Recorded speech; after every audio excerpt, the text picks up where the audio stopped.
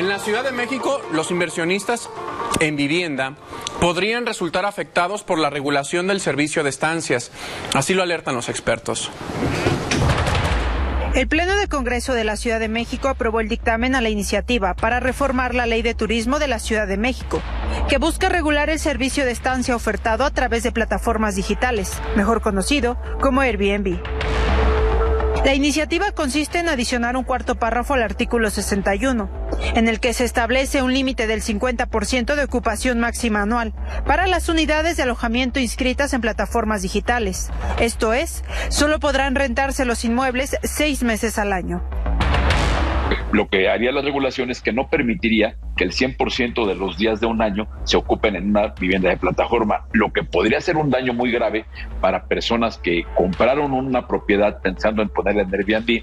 Además, se modificó la Ley de Vivienda y la Ley para la Reconstrucción Integral Local, que prohíbe ofertar mediante plataformas digitales aquellos inmuebles de vivienda social, ni tampoco aquellas viviendas reconstruidas tras el sismo del 19 de septiembre del 2017. Uno puede ser dueño de un terreno, pero no puede hacer en este terreno lo que quiera, puede hacer lo que la regulación le permita.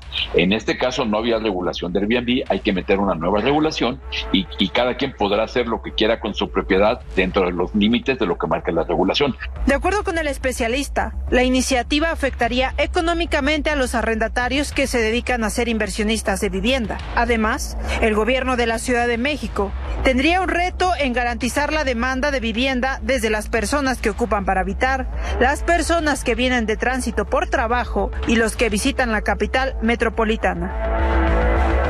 La Ciudad de México no está preparada porque en los años recientes hemos tenido una caída en la producción. Se quedarían con un número muy importante de noches sin ocupar y esa desocupación pues obviamente es una pérdida de dinero que si le estaban comprando esa propiedad con un crédito les va a hacer un agujero y eso va a ser un problema muy grave. Con imágenes de Gustavo Bermúdez, Telediario, Carla Guerrero, Ciudad de México. Bueno, son las 8:47 de la mañana y con esta información nosotros damos un corte y regresamos al Telediario. Bueno, agradecemos la presencia en el estudio de Abimael Zavala Martínez. Él es socio director de Zavala Abogados. Él es integrante del Colegio de Abogados de México, quien nos viene a platicar sobre esto que acaba de aprobarse en el Congreso de la capital del país y esta ley de turismo que va a impactar de alguna manera a los hospedajes que se regulan a través de plataformas digitales. Y bueno, el nombre es claro, ¿no? Airbnb, que es la más grande en relacionarse de esta manera con los clientes. Abimael, primero, abogado, ¿cómo te encuentras? Muy buenas tardes. Muy bien, muchas gracias por la invitación, a tus órdenes. Oye, ¿de qué manera va a impactar esto que decidan desde una política pública los días que tienes que rentar tu propiedad por la que tú luchaste? Mira, pareciera que esto tiene un tema de inconstitucionalidad que está limitando la libertad de trabajo, la libertad de dedicarte a lo que más te acomoda, siempre que sea lícito. Sin embargo, si uno lee la exposición de motivos, esto obedece a un tema para regular una equidad o una competencia desleal con el grupo hotelero. Se habla que en la Ciudad de México, por ejemplo, el año pasado, en el 2023, se generó una derrama económica de 15,000 millones de pesos a través de rentas, o de hospedaje, mejor dicho, de la plataforma que acabas de mencionar. Sí. Entonces, obviamente, los hoteleros se inconforman porque no pueden competir con la gente que renta sus espacios y eso obligó al gobierno a empezar a regularlo. ¿Qué sucede ahora? Que la persona que quiere ofrecer su casa habitación para recibir a un turista o a una persona que venga, pues obviamente está limitada a una ocupación anual del 50%. 180 días, ¿no? Que estos serían 180 días. Oye, pero ya había un fideicomiso que Airbnb había otorgado de un porcentaje, creo que del 3%, y que existía un recurso también para las propias autoridades del gobierno de la Ciudad de México. O sea, ya existía también un intento de, ok, vamos a hacer una competencia, quizá no nos tomen como una competencia leal, vamos a darle más dinero o recursos al Estado para que pues ellos decidan qué puedan hacer, ¿no? Sí, mira, pero aquí el tema es cómo regulo, por ejemplo, si en una colonia varios vecinos rentan su casa y eso te impacta en seguridad pública, eso te impacta en el ambiente que se genera en la propia zona, eso te impacta, no es lo mismo que un hotel pague sus contribuciones, su regulación, sus licencias, a que el vecino abra su casa y reciba. Ese tema tiene que ver con también lo de Uber. Por ejemplo, no es lo mismo que un taxista tenga toda su reglamentación a una persona que se sienta en su vehículo y solamente tenga que cumplir ciertos requisitos que jamás se van a comparar con una concesión de un taxista. Y aquí es exactamente lo mismo.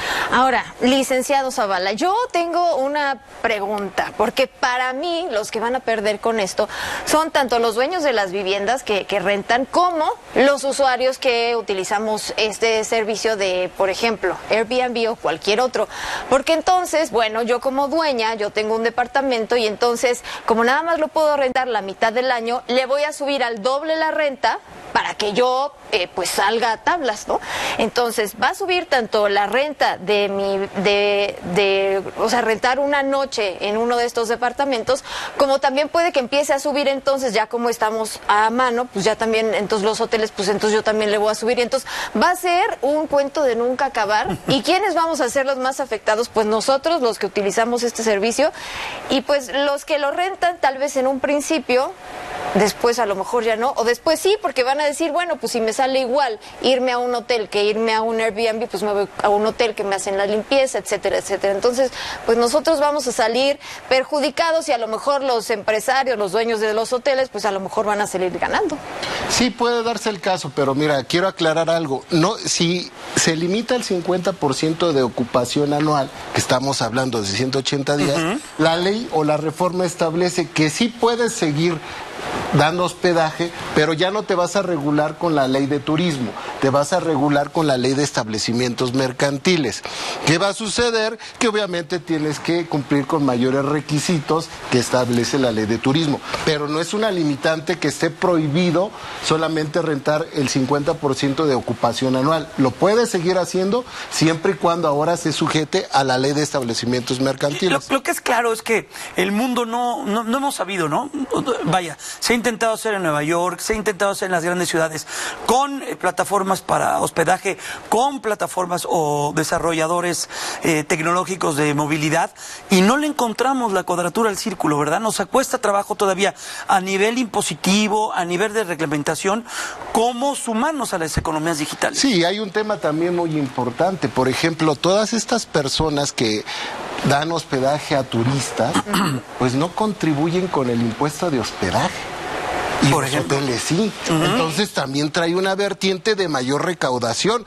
¿Por qué? Porque cuando yo te ofrezco ese servicio, tengo la obligación de informar al gobierno de la Ciudad de México que estoy realizando esa actividad y, por supuesto, pagar el impuesto del hospedaje. Obviamente también los ingresos que percibo por esa actividad. Entonces el gobierno pues va también por esa vertiente para tener una mayor recaudación. Sí, se entiende, vaya, se entiende eso, pero es interesante, abogado. Estamos platicando con Abimael Zavala Martínez, socio director de Zavala Abogados. Era necesario. Esto es, y esto es consecuencia de la altísima cantidad de departamentos que hay en renta y que también se ha generado lo que se conoce como gentrificación y generar un alto costo en las rentas. ¿Va junto con pegado todo esto? Mira, son conceptos diferentes. Una cosa es el hospedaje y otra cosa es el arrendamiento. ¿Cómo lo puedes distinguir? El arrendamiento de casa-habitación no puede ser inferior a un año. Sí, es el contrato mínimo. Exactamente. Entonces, cuando tú rentas un departamento de casa-habitación, pues lo mínimo tiene que ser un año. Exacto. Y si te vas a hospedaje, lo puede ser por una noche. Claro. O fraccionar. Ahí es la diferencia. Entonces, no impacta a la gente que renta su departamento de casa-habitación a través de un contrato de arrendamiento. Entiendo. Aquí impacta a los que ofrecen el servicio de hospedaje, que es un contrato totalmente distinto. ¿Y cuáles serían las recomendaciones para esta gente que ofrece este servicio? Para quien vive de eso, ¿no, Yuli? Porque hay mucha gente, lo decíamos ayer un poco en una reflexión, abogado, pues gente que en algún momento tuvo una capacidad económica de comprar inmuebles, uno o dos, y hoy de eso viven. ¿Cómo? ¿Y de qué manera les va a pegar? Sí, claro, o sea, hay una distinción. Si es mayor a un año, obviamente es un arrendamiento, ahí no me tengo que sujetar a la ley de turismo. Si es menor, pues obviamente es un hospedaje. Y la recomendación es que cumplan con las obligaciones, que hay que registrarse en la plataforma, el contrato, hay que tener, eso te pide que más semestralmente hagas un informe al gobierno de la ocupación que tienes. Entonces, sí es necesario que la gente lo entienda y que hay que cumplir con esas disposiciones, porque de lo contrario vienen sanciones tanto como multas o inclusive la clausura de ¿poco? Sí, claro, o sea, por supuesto. una de la penalidad, si yo soy socio de Airbnb o de cualquier plataforma y no anuncio y no me apego a este nuevo reglamento, ¿me pueden ir a clausurar? Sí, claro, pero además tiene... Lo que acabas de comentar es muy importante, hay un filtro.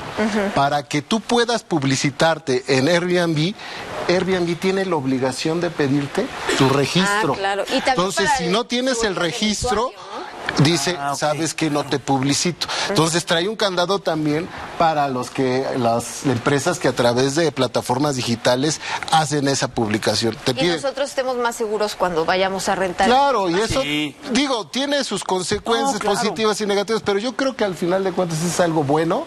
Sí es necesario que esté regulado. Si no, imagínate, llegas a un lugar donde te rentan el espacio, te ofrecen ciertas condiciones que al final no cumplen, pero además va enfocado al turismo. Tú dices, bueno, voy a la Ciudad de México como visitante, pero los que residimos aquí en la Ciudad de México tenemos un contrato de arrendamiento. ¿Sabe quién debería de hacer esto? Y lo deberían de plantear. Acapulco. Por ejemplo, Acapulco perdió el control total de los departamentos que se rentan y es una